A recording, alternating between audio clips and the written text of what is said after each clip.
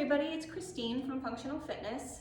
Today I'm going to go over some standing lower body exercises that you can do at home. It's a great sort of well-rounded routine that covers both the front, the side, and the backs of your hip muscles mainly. Some hip rotator muscles, some hamstring, and some calf and anterior ankle exercises as well. And with any routine, you basically want to make sure that you're nice and warmed up before you begin.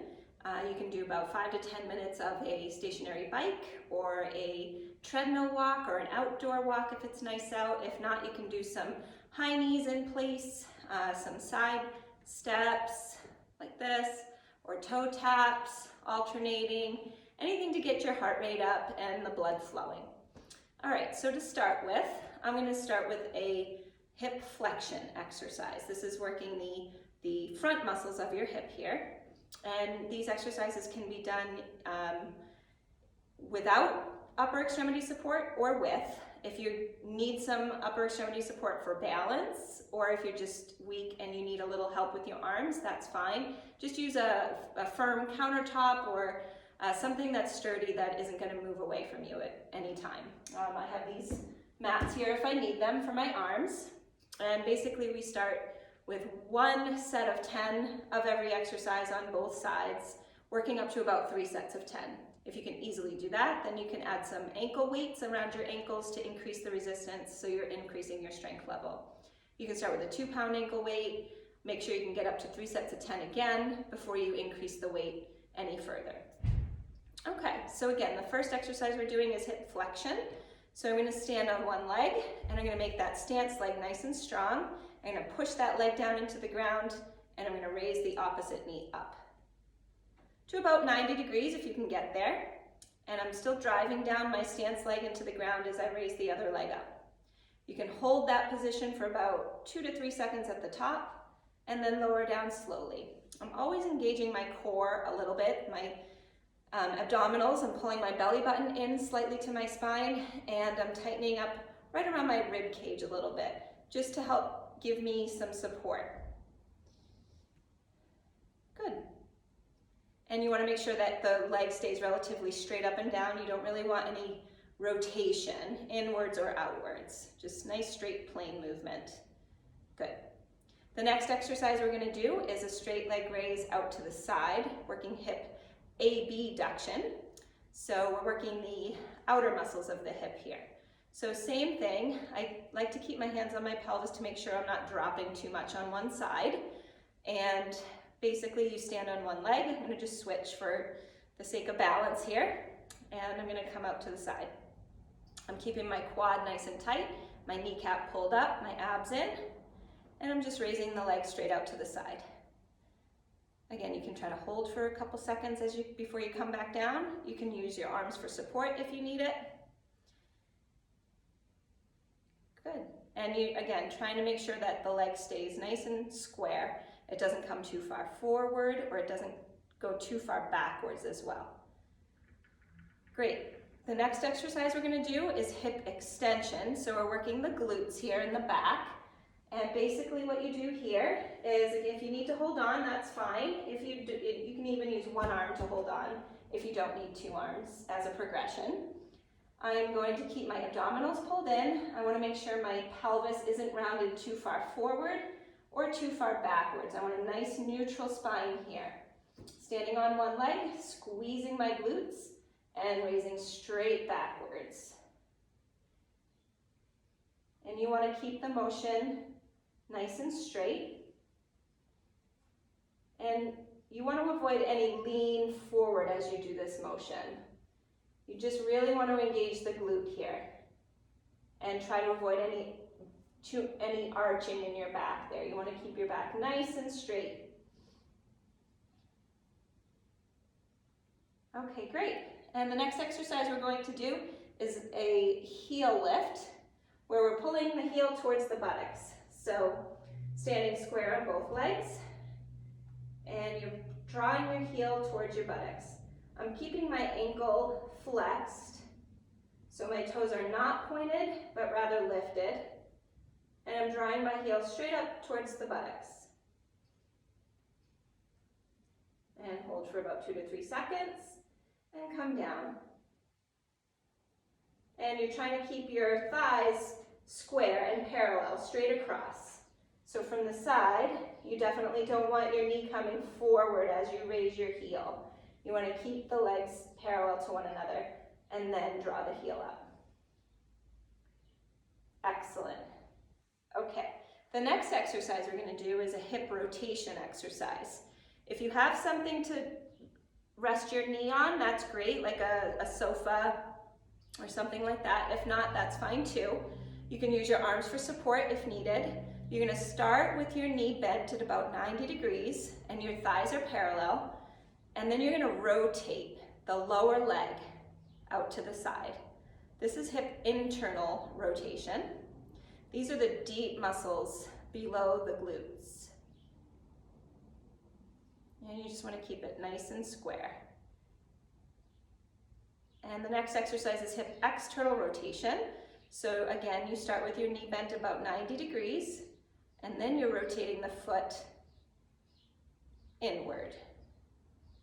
So that's external rotation of your hip. Again, I'm trying to keep my thighs parallel. I'm not allowing my leg to really fall out to the side far at all. I'm trying to keep my legs pretty close together here in both directions. Great. And lastly, we're going to do some calf raises, some heel raises, as well as some ankle raises to the front. So with the calf raises, you can do just a straight plain motion where I'm lifting up onto the balls of my big toes, feet about shoulder width apart, and raising straight up, holding for about 2 to 3 seconds, and lowering nice and slow. The control going down back to the start position is just as important as the lift. You don't want to just plop right down. You want to control that motion all the way down. That's your eccentric control. Okay? There's 2 more positions you can do a calf raise in. You can do toes pointed towards each other a little bit, and heels apart, and then raise up. Nice and slow and controlled. Sometimes when you do these, the heels start to gravitate inwards again. Just check that and make sure your heels stay out. This is working a little bit different area of your calf.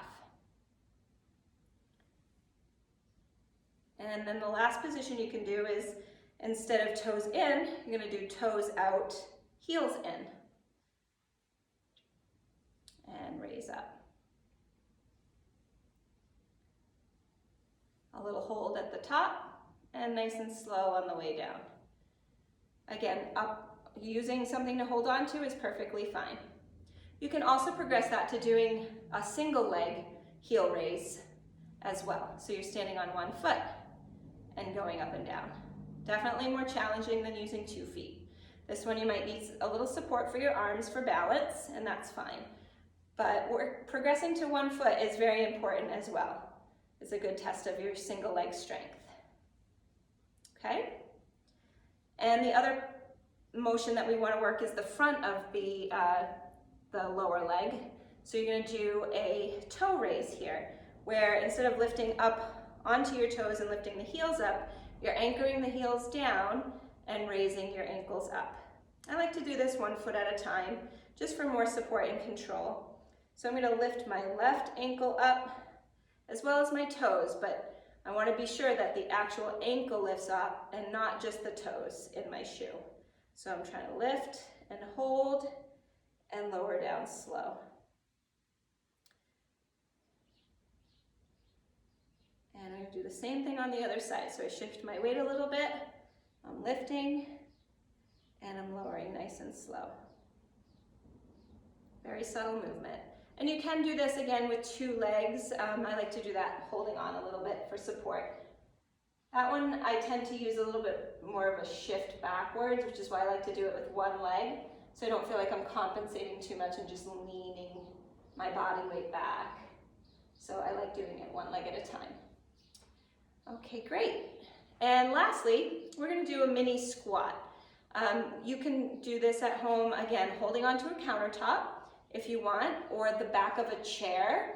The other way you can do it is if you have really good form and you feel really confident in your squat form, you can just do it with your arms out in front of you for counterbalance. So your legs should be about shoulder width apart, maybe a little bit more.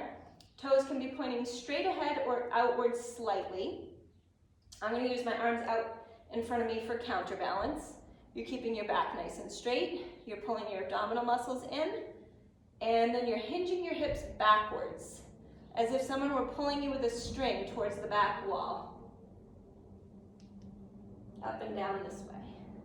I'm trying to make sure my knees stay in line with the balls of my big toes.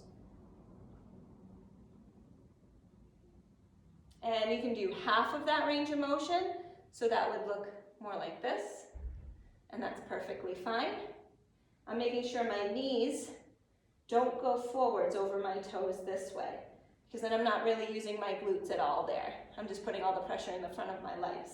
So most importantly is you want a straight back, and you want your hips hinging backwards as you come down. The other thing you want to watch out for is that your spine stays nice and straight.